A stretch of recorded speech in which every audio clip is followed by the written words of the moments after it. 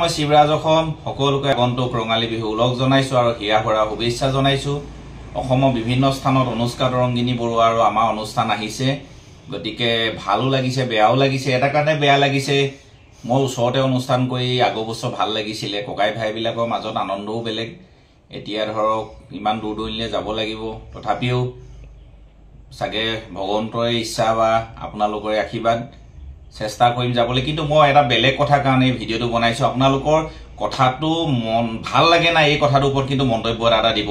বিহু অনুষ্ঠানবিলাক আহি আছে, সাংস্কৃতিক সন্ধিয়া হ'ব, দিনত ঢোল বাদন হ'ব, পেঁপা বাদন হ'ব, কিন্তু বছৰ বছৰ আমি অনুষ্ঠানৰ লগত জড়িত হৈ এটা অসুবিধা পাইছো।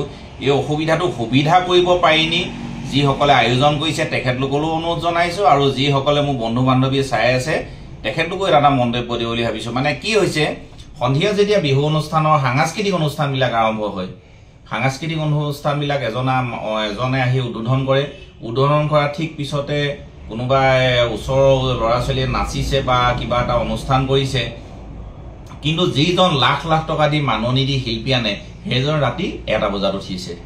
সমস্যাটো সেইখিনিতে। আমি ভাবিছো ইয়াততো কোনো বাধ্যবাধকতা নাই বা কোনো সংবিধান নাই যে এজন গায়কক মাননি দি আনিলেই যে ৰাতি 2টা বজাত মঞ্চত উঠিব লাগিব বা সন্ধিয়াৰ পৰা গাঁৱৰ ৰাইজে আমি আহি গৈ তেওঁক চাবলৈ ৰৈ থাকিব লাগিব, তেনেকুৱা কথাটো একো নাই। মনৰ ভাৱটোহে প্ৰকাশ কৰিব বিচাৰিছো। সাংস্কৃতিক যেতিয়া সন্ধিয়া আৰম্ভ হয়, 1 ঘণ্টামান স্থানীয় শিল্পীসকলে অনুষ্ঠান ভাগ কৰাৰ পিছতেই আমি ভাবিছো 9 মান বজা বা 10 মান বজাত ইমান অসুবিধা নহয়, শিল্পীজনক উঠাই দিব লাগে মঞ্চত, কাৰণ তেওঁ যথেষ্ট মাননি লৈ অনুষ্ঠান কৰিবলৈ আহিছে। গতিকে তেখেতেও বেয়া নাপায়। 10 মান বজাত যেতিয়া গোটেই ৰভাখন ভৰ্তি হৈ থাকিব, তেওঁ যেতিয়া গান গাবলৈ আহিব তেওঁৰ মনটো ভাল লাগিব। এনেকুৱা কৰক, যিবিলাক চাউণ্ড ছিষ্টেমৰ বস্তু কেবুলবিলাক, তাৰ কেবুলবিলাক চিজিলকে ছাইডেদি লগাই দিয়ক, যাতে এই কেবুলখিনিৰ ওপৰতো এটা অসুবিধা থাকে। সেইকাৰণে ভিডিঅ'টোত মই ক'ব বিচাৰিছো, যিখিনি বাদ্যযন্ত্ৰ তেওঁ ফিটিং কৰিব, যিখিনি কেবুল থাকিব এনেকৈ ছাইডেদি লগাই দিয়ক, যাতে আগফালটো খালী হৈ থাকে। তেওঁ 2টি গীত পৰিৱেশন কৰিলে, উদ্বোধন কৰিলে অনুষ্ঠানটো ধুনীয়াকৈ, ৰাইজে ফূৰ্তি কৰি তাৰপিছত তেওঁক ৰাখি দিয়ক। আকৌ 2টি বাৰে বৰণীয়া কিবা অনুষ্ঠান দিয়ক। এই কথাষাৰ কেলে ক'লো, বা এগৰাকী স্থানীয় শিল্পীয়ে তাত নাচিছে, গীত পৰিৱেশন কৰিছে, কিবা কৰিছে, কৰক। এই কথাটো এইটো কাৰণে ক'লো, মানুহবোৰ আজিকালি স্বাৰ্থপৰ হৈছে। ছোৱালীজনী নাচিলে, গোটেই পৰিয়ালটো গুচি গ'লগৈ, তাৰপিছত আকৌ কিবা এটা অনুষ্ঠান কৰিলে সেই অনুষ্ঠানটোৰ লগত যিখিনিয়ে আহিছিলে বা লগৰ সংগী চব গুচি গ'ল। কিন্তু অনুষ্ঠানটো দেৰিলৈকে জীয়াই ৰাখিবলৈ বা অনুষ্ঠানটোলৈ মানুহখিনি ৰাখিবৰ কাৰণে এই ব্যৱস্থাটো খুব উত্তম হ'ব বুলি ভাবিছো। গীত 2টি গায়কজনে পৰিৱেশন কৰাৰ পিছতে আকৌ এটি অনুষ্ঠান দিলে মানুহ বৰিং নহয়। এনেকুৱা অনুষ্ঠান লৈও মঞ্চত উঠে ৰাতি 10টা-11টা বজাত, কোনো কোৱালিটি নাথাকে, না গাব জানে না নাচিব জানে। সেইকাৰণে মঞ্চখন ইমান সহজ বস্তু নহয়, শিকি বুজি মঞ্চলৈ আহিলে ভাল হয়। সেইকাৰণে কৈছো, গায়কজনে যেতিয়া 2টা গান প্ৰথমতে আৰম্ভ কৰিব, তাৰপিছত এটা স্থানীয় অনুষ্ঠান দিয়ক, তাৰপিছত আকৌ কোনোবা এগৰাকীয়ে নাছিল, আকৌ গায়কজনে 2টা গান গাব। তেওঁ জিৰণিও পালে, তেওঁ কষ্টও নাপালে, কাৰণ মাহটো গোটেই অনুষ্ঠান কৰিব লাগিব। গতিকে গোটেই আমাৰ যিখন ৰভাথলীখন শুৱনি হৈ থাকিব, মানুহ নাযায়, কাৰণ গায়কজনক প্ৰথমবাৰে যেতিয়া মাজে মাজে পাই থাকিব, যাবলৈ ইচ্ছা নকৰে। কিন্তু মানুহে এনেকুৱা বৰিং হৈ যায়, ৰাতি 1টা বজাত যেতিয়া অকণমানি ছোৱালীজনীক নাচিবলৈ, হাত দুখনো যেতিয়া নাচিব নাজানে বা কিবা এটা গান গাবলৈ দিয়ে, গাবও নাযায়, মানুহ বহুত কষ্ট পায় বা বহুত অসুবিধা পায়, বহুত হেঁপাহে ৰৈ থাকে সাংস্কৃতিক অনুষ্ঠানটো চাম বুলি।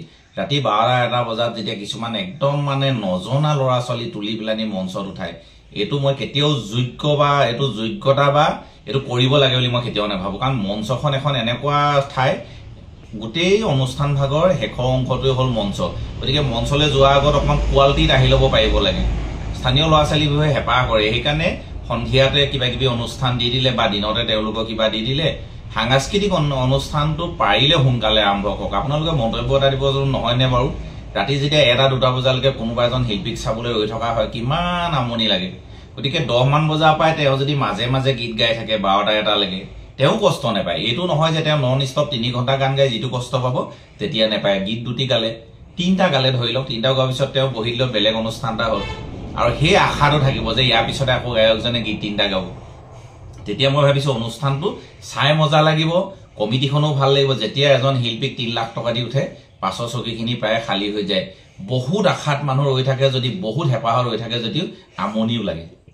ব্যৱসায় বাণিজ্য কথা থাকে, চাকৰি বাকৰি কথা থাকে, বৰ হেঁপাহত আহি গায়কজনক চাম বুলি ভাবে। গায়কে যেতিয়া বেয়া গায়টো চেচেই, যদি ভাল গায়ক এজনৰ অনুষ্ঠানটো চাবলৈ হেঁপাহ কৰে বা সঁচাকেই যিসকলে আয়োজন কৰিছে তেখেতলোকে তেখেতক ভালকৈ গোৱাম বুলি ভাবে, তেতিয়াহ'লে এই ছিষ্টেমটো এবাৰ কিয় নকৰে যে 9টাত নালাগে উঠাব, 10টাত একো অসুবিধা নহয়। যেতিয়া 2টা বাজে কিন্তু মানুহৰ আমনি লাগে। কাৰণ মই আগৰ বছৰ বহুত ঠাইত অনুষ্ঠান কৰিছোঁ, মোৰ পিছত আকৌ কোনোবা মুখ্য আকৰ্ষণ উঠিবলৈ থাকেই। মই ৰাতি 3টালৈকে গান গাইছোঁ, মোক 1টাত উঠিবলৈ দিছে, 2টা বা 2:30লৈকে মই গোৱাৰ পিছত আকৌ সেই 3টা বজাত মুখ্য আকৰ্ষণ উঠি মানুহ ব্ৰাছ লৈ আহে, ঘৰৰ পৰা দাঁত ব্ৰাছ লৈ আহে। তাৰমানে কোনো বস্তুটো মূল্য নাইকিয়া নিচিনা লাগে।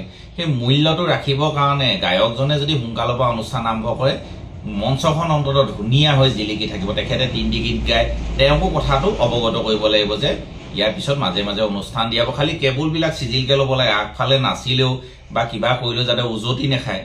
গতিকে চাউণ্ড ছিষ্টেমৰ ল'ৰাকেইটাক এই কথাটো বুজাই দিব লাগে যে তোমালোকে চিজিলকৈ লগোৱা, মাজে মাজে আমি কাৰোবাক সম্বৰ্ধনাও জনাব।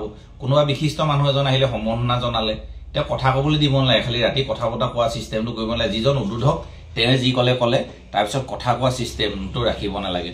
কোনোবা এজন আহিলে ধুনীয়াকৈ গামোচা এখন দিলে, সন্মান অকণমান দিলে ভাল লাগিব। এই বিষয়টোৰ ওপৰত আপোনালোকে কি কি মন্তব্য আগবঢ়ায় বা কেনেকুৱা লাগিছে, কথাখিনি কিবা ভুল হৈছে নি আপোনালোকে জনাবচোন। মোৰ হিচাপত গায়কজন যদি এইবাৰ মঞ্চত 10 বজাৰ পৰা উঠে বহুত ভাল লাগিব। গতিকে কথাটো হয় নে নহয়, আপোনালোকৰ মনোপুত হৈছে নাই, আপোনালোকে মন্তব্য এটা দিব। আৰু শিৱৰাজ অসমে মই আৰু অনুষ্কা তৰংগিনী বৰুৱাই পুনৰবাৰ সকলোকে আগন্তুক ৰঙালী বিহু শুভেচ্ছা জনালোঁ। ধন্যবাদ।